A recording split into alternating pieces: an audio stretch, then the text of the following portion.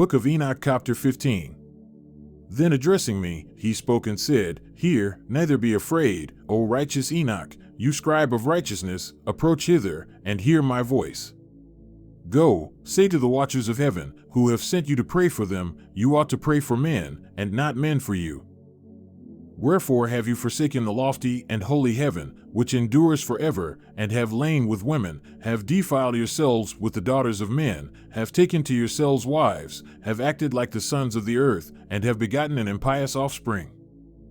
You being spiritual, holy, and possessing a life which is eternal, have polluted yourselves with women, have begotten in carnal blood, have lusted in the blood of men, and have done as those who are flesh and blood do. These, however, die and perish. Therefore have I given to them wives, that they might cohabit with them, that sons might be born of them, and that this might be transacted upon earth. But you from the beginning were made spiritual, possessing a life which is eternal, and not subject to death forever. Therefore I made not wives for you, because, being spiritual, your dwelling is in heaven. Now the giants, who have been born of spirit and of flesh, shall be called upon earth evil spirits, and on earth shall be their habitation. Evil spirits shall proceed from their flesh, because they were created from above, from the holy watchers was their beginning and primary foundation. Evil spirits shall they be upon earth, and the spirits of the wicked shall they be called. The habitation of the spirits of heaven shall be in heaven, but upon earth shall be the habitation of terrestrial spirits, who are born on earth. The spirits of the giants shall be like clouds, which shall oppress, corrupt, fall, content, and bruise upon earth. They shall cause lamentation. No food shall they eat, and they shall be thirsty, they shall be concealed, and shall not rise up against the sons of men, and against women, for they come forth during the days of slaughter and destruction. In this passage from the Book of Enoch, chapter 15, we can derive several teachings and insights. Divine purpose and responsibility of humans. The passage emphasizes the original purpose and nature of humans as spiritual and eternal beings, distinct from the physical world. This aligns with the concept that humans were created in the image of God, Genesis chapter 1 verse 27. The message is clear that humans were meant to serve God's purposes and live according to their spiritual nature. Warning against corruption and defilement. The passage condemns the actions of the watchers, who were angels that chose to forsake their heavenly and righteous state to engage in improper relations with human women. This rebellion led to corruption, defilement, and impious offspring.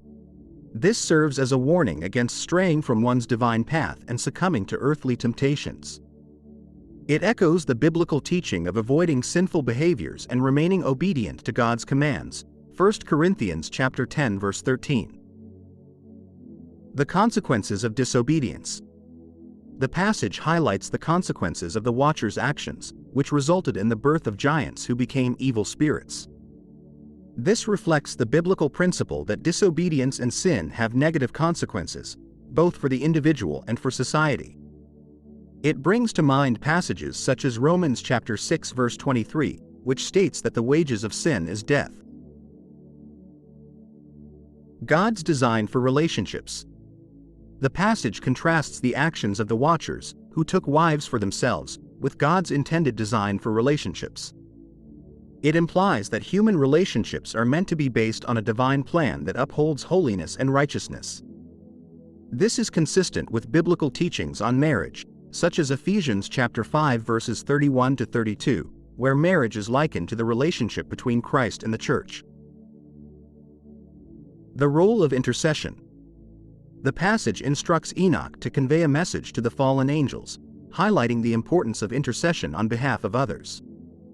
This aligns with the biblical teaching of intercessory prayer, where individuals pray for the well-being and salvation of others.